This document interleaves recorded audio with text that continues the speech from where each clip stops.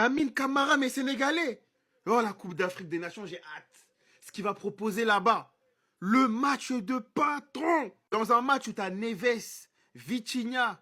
Je m'attendais pas que ce soit lui, l'homme du milieu dans les deux équipes. Le seul truc qui aurait pu entacher son match, c'est pour moi cette faute où ça mérite un carton rouge pour moi sur Chevalier. Je suis objectif. Et mis à part ça, il a fait un match grandiose. Le tac qu'il met sur Warren Zaïre-Emery à la fin de match, ça montre que voilà, il est au niveau, il est au top. C'est une victoire pour moi. Parce que oui, en dessous, mon gars, du FC Barcelone, a été là. Il a participé à la fête contre Paris. Je comprends rien avec Monaco. Ça galère contre Pafos, ça perd des matchs. Franchement, pour moi, ils doivent gagner. Et ça gagne contre le Paris Saint-Germain. Il y avait Kvara, il y avait Dembélé, il y avait tout le monde presque. Bon, bizarre Monaco, mais il gagne, donc on prend. Toute l'année, vous me baratinez avec Vitinha, João Neves. Mais n'oubliez jamais les Sénégalais. N'oubliez jamais Lamine Camara. Toute la saison dernière, il vous a montré avec Denis Zakaria. Et aujourd'hui, il était sans Denis Zakaria. Et on a vu Lamine Camara. Quel joueur c'est. Quel milieu de terrain c'est. Certes, il y avait carton rouge, mais je m'en fiche. Aujourd'hui, il a tué votre milieu de terrain. Fabian Ruiz dans sa poche. João Neves dans sa poche. Vitinha dans sa poche. Et ouais, c'est pas pareil. Quand c'est pas Tottenham, quand c'est contre des vieilles équipes, hein. Vitinha, on le voit. Hein. Mais aujourd'hui, contre Monaco, dis-moi où t'étais. T'étais sur le terrain? João Neves, t'étais sur le terrain? Non? Vous étiez dans sa poche? Oui, tous les trois étaient dans la poche de Lamine Camara. Quel joueur! Mon Sénégalais, continue comme ça. Tu leur montres au monde entier quel milieu de terrain tu es. Énorme performance pour le jeune milieu de terrain sénégalais, Lamine Camara, qui a véritablement fait beaucoup de mal au Paris Saint-Germain. Donc on parle quand même du PSG, référence, peut-être même le meilleur milieu de terrain au monde, hein, le Paris Saint-Germain. Et Lamine Camara a véritablement posé de gros problèmes au PSG cet après-midi. Il a été auteur d'un très gros match avec notamment 8 duels gagnés, record du match entre l'AS Monaco et le Paris Saint-Germain.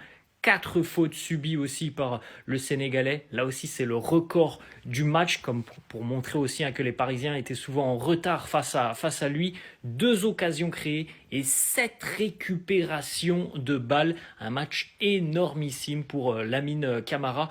Mais bon, on n'oublie pas non plus son mauvais geste au bout de 10 minutes de jeu. Un tacle très violent sur le gardien du PSG, Lucas Chevalier. Ça aurait pu d'ailleurs le coûter très cher. Ça aurait pu être un carton rouge hein, parce que franchement, c'était une très vilaine faute à 90 mètres en plus de ses buts. Si on met ce geste de côté, le match de Lamine Camara est exceptionnel. D'ailleurs, Monaco a battu le PSG 1-0. Comme on dit, le meilleur moyen de ne pas se blesser, c'est d'aller à fond. Mais là, les gars, Lamine Camara, cette première mi-temps, il a trop la dalle. Est-ce que vous pouvez lui dire qu'il revient de blessure, que là, bientôt, il y a une canne? Déjà, la faute qu'il a fait là, pour moi, voilà, c'est carton rouge. Regardez la cheville de Lucas Chevalier. Voilà. Normalement, ça, c'est carton rouge. Mais peut-être les joueurs sénégalais, là, ils font exprès pour prendre des rouges comme ça. Voilà, ils se reposent. Mais il a trop la dalle dans le match. En tout cas, il fait un super match. Même s'il n'a pas pris le rouge sur cette occasion, il fait un gros match au milieu de terrain. Il est partout. Le gros problème, c'est l'animation offensive. Qu'est-ce que tu veux faire? On attend que nos milieux de terrain ils fassent le taf de défenseur, de milieu et d'attaquant. À partir de ce moment-là, tu peux rien faire. On parle beaucoup de Barcola en ce moment.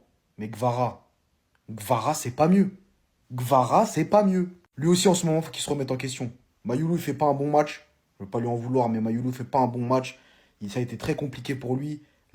Alors Lee, je veux bien qu'on le récompense par rapport à Barcola, mais est-ce qu'aujourd'hui, c'était le profil? Je pense que Gvara devait pas jouer aujourd'hui, on aurait dû mettre Barcola.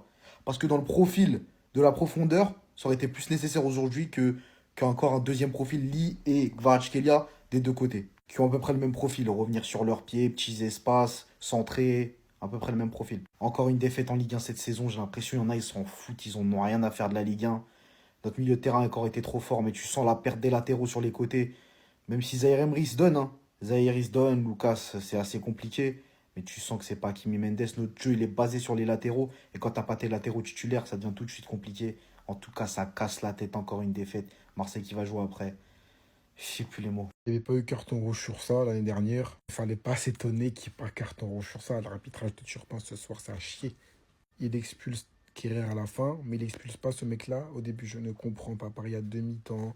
Pour moi, le but de Minamino, il peut être refusé parce que tu as l'impression qu'il est masqué par le mec hors jeu. Je comprends pas vraiment l'intérêt de ne pas aller voir la VAR au moins sur les deux actions que je vous ai citées. Le PSG qui va sûrement perdre sa place de leader, hein. Marseille affronte Toulouse et Lens affronte Angers. Donc je pense qu'il y aura une des deux équipes qui va s'imposer. On peut se retrouver à la troisième place du championnat. Dommage, hein, parce que vraiment ce match il a chié ce soir. Franchement, j'ai hâte que Mendes et Hakimi reviennent parce que vraiment leur rapport offensif, je pense qu'on l'a un peu sous-estimé. Barco là je le trouve éclaté au sol, donc je comprends qu'il n'ait pas joué.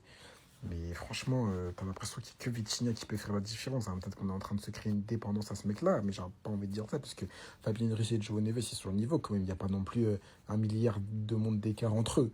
Mais c'est surtout offensivement. Moi, je dois faire démarrer Njantou ou Mayulu. On a compris que c'était des bons joueurs, mais c'est pas des mecs qui ont encore le niveau pour être titulaires au Paris Saint-Germain face à Monaco. Notre Njantou, je la trouve vraiment éclatée au sol. Déjà contre Tottenham, j'avais vraiment pas aimé son match. Il a une passe gratuite sur le premier but de Vitinha. Là, je kiffe pas trop. Mayolo, c'était un calvaire pour lui la première mi-temps, mais offensivement, franchement, c'est horrible. Il faudrait pour moi recruter, comme on l'a fait l'année dernière, un attaquant pour apporter du surnombre, parce que là, Dembélé, il est blessé, il revient. Doué, il va pas revenir bientôt. C'est catastrophique, là, offensivement. C'est d'ailleurs pour ça que contre Tottenham, on n'a aucun attaquant qui marque, hein. C'est pas de show, triplette Vitinha et Fabien Ruiz. On n'a aucun attaquant qui a marqué contre Tottenham. Je crois qu'aucun attaquant n'a été décisif. Parce que Thiago a fait une passe décisive. En tout cas, voilà, c'est assez pauvre, je trouve. PSG, vous savez ce que ça veut dire ça? En plus de la victoire monégasque, se soldant sur l'ouverture du score de Minamino qui a réalisé une incroyable différence. Ou comme d'habitude, beaucoup vont tomber sur Chevalier, même si pour le coup il aurait pu faire mieux. N'oublions pas s'il vous plaît que jusqu'à l'action présente, c'était le seul qui réalisait globalement un bon match. C'est en plus de ça littéralement fait charcuter, avec des photos de sa blessure qui tournaient sur les réseaux. On va pas se mentir que les monégasques sur ce coup-là s'en sortent très très bien. Ça aurait littéralement pu changer la physionomie du match, qui a tout de suite été d'ailleurs compensé, qu'on se le dise, hein, par ce carton rouge qui a été donné à Kerrer. Et réveiller tout simplement mentalement ce Paris Saint-Germain, qui aujourd'hui était littéralement d'une faiblesse. Présentant aucun dynamisme, aucun volume de jeu, aucune explosivité. Pas habituellement le Paris Saint-Germain qu'on connaît. On sent que ça commence à voir ses limites et que le Paris Saint-Germain a besoin de retrouver son noyau de joueurs principal. En tout cas, c'est vraiment compliqué cette saison. Ça monte, ça redescend, ça monte, ça redescend, ça stagne. Et tout ce qu'il faut savoir, c'est que l'Olympique de Marseille, ce soir, s'ils saisissent leur opportunité, et on dirait bien qu'ils sont là pour ça, ils passeraient provisoirement, donc leader du classement en premier lieu, et un point de plus sur le Paris Saint-Germain. On a encore pu assister à de très belles images qui font vraiment mes valeurs, vraiment chaud au cœur pour le coup. Et on espère tout simplement qu'une chose, hein, qu'ils soient tous ensemble réunis de retour dans l'équipe de France.